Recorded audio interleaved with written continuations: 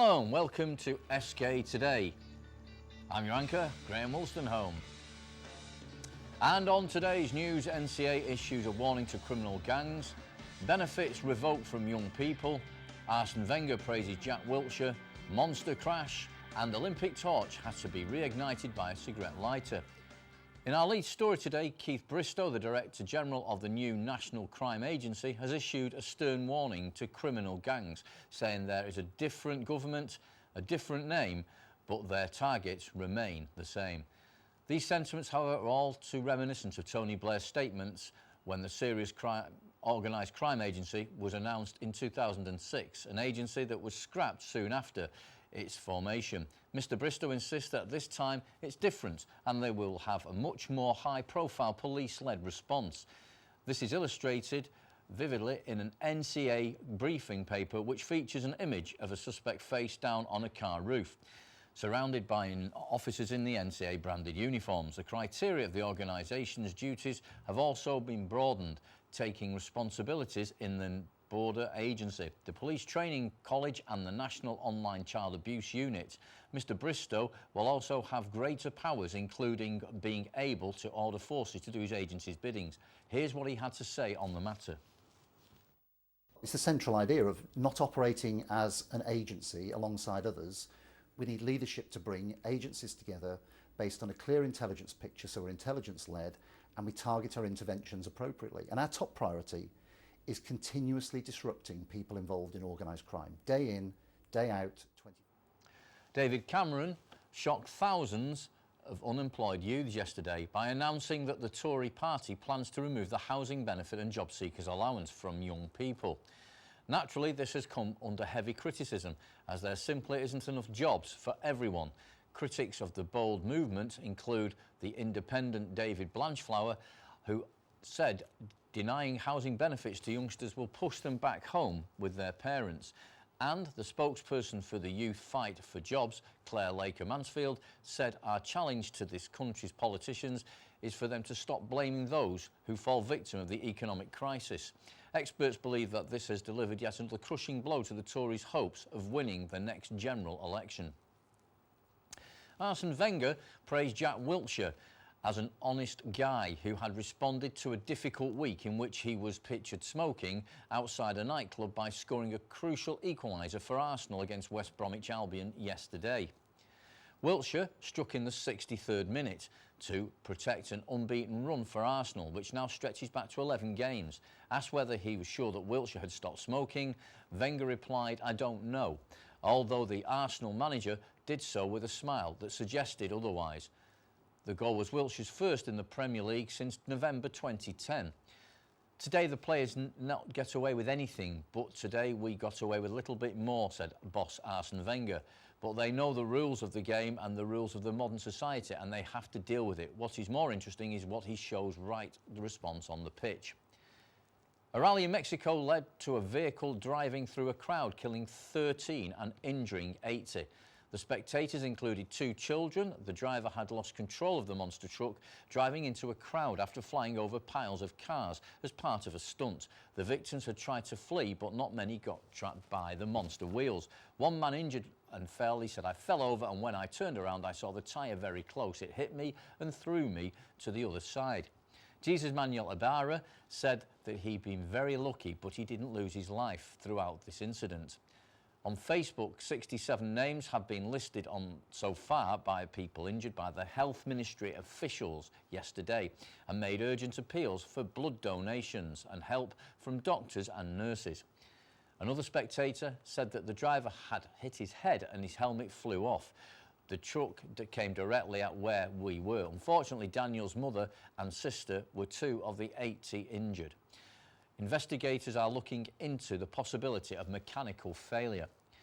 And finally, hours after the Olympic torch had started by Vladimir Putin, it was accidentally extinguished by its journey. The torch had been off to Moscow, heading for Sochi, where former Russian swimming champion Shavas Karabitia went through a long passageway which created a wind tunnel that literally blew the torch out. Shavas said he had been in an awkward moment for a while and ran through the streets bearing a torch that was without its flame.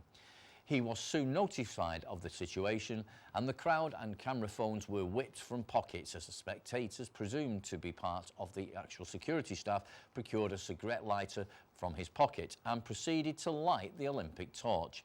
And with it came, it's not uncommon for the Olympic flame to be extinguished. However, it's normal protocol for the replacement torch to be used. The torch was also taken underwater in a mini submarine to the bottom of Lake Baikal, the oldest, deepest lake in the world, and is also at the top of Europe's highest mountain, that's Mount Elbrus.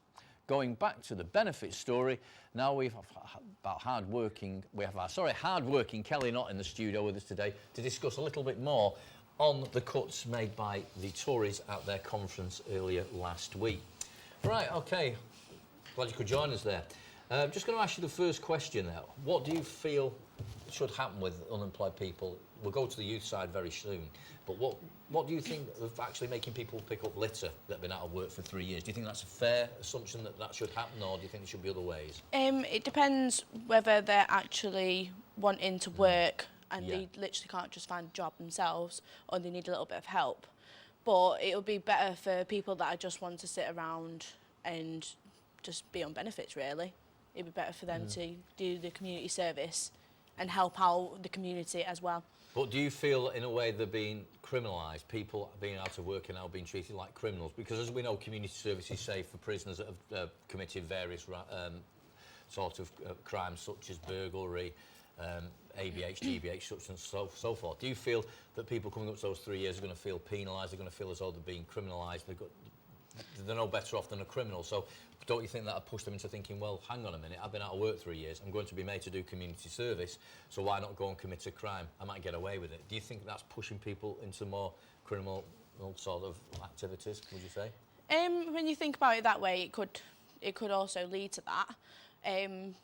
But I think, to be honest with you, it's right for them to go and do a bit of community service just to help out the environment, help out the community, and it might make them want to get a job. The problem is, though, I mean, some of these things they want these unemployed people to do are picking up litter, making meals for older people, cleaning off graffiti. Do you think there's any sense in doing that? I mean, a lot of people are saying that, oh, if they put that on their CV, I've been out of work for 3 years, now I'm picking up litter. It's not actually training them for anything, is it? So effectively, they're not actually being trained for anything. So, again, don't you think money should be put into more training programmes as such? I mean, there's the work programme that's going on at the moment, which I've heard very, very bad things about, that it doesn't actually work. So how do you sort of see this ever coming to a close without sort of penalising people? It's very difficult, isn't it? It is very difficult. It's a very difficult subject, but they could also go into courses like college courses and stuff like that to do what they want to do, help them out. And like I've heard of, they do a 6-week like apprenticeships. They only get paid like a little bit amount of money, but it might lead to them wanting to do something which they never thought they could do. Again, with that, there are problems. There are lots of graduates out there that have studied for years at university as such and have got high qualifications such as masters and normal degrees. They can't get work. So how do you feel that someone going into 6 weeks in an apprenticeship, which personally I don't feel you can train anybody in 6 weeks to do anything, how do you think they're going to fare against all the graduates, especially younger people? That's where this is being aimed at more so. Again, don't you think that even going to a college course is not actually going to remedy the problem several years down the line? I mean, that's the problem they're faced with. Yeah. I mean, if you look at other things, I mean, job centres, we've heard an awful lot about employment services, it's known now, don't actually help any of their clients. It's sort of they're very critical of what people do to look for work. There's no actual help for them. Do you agree with that? Yeah, I do agree with that. I really do agree with that. They don't really help people out as much as they could, which is the job centre is supposed for where people should help if they can't find what they want. Because it is hard trying to find a job nowadays, it really is. You can't just walk into a job and say, I want to apply. You can't, it's not like that anymore. Right. I think that's about all we've got time for today. Thanks very much for joining us. I really appreciate your time. Anyway, as I just said there, that's all we have time for on Eskay today. Please make sure to check us out on Facebook and Twitter. And with that, and let us know what you think about what today's stories, especially our employment service one. Anyway, thanks very much for watching. I've been Graham Wolstenholme. Please do join us again tomorrow. From me and from Kelly, it's a very good afternoon. I get too deep, don't I?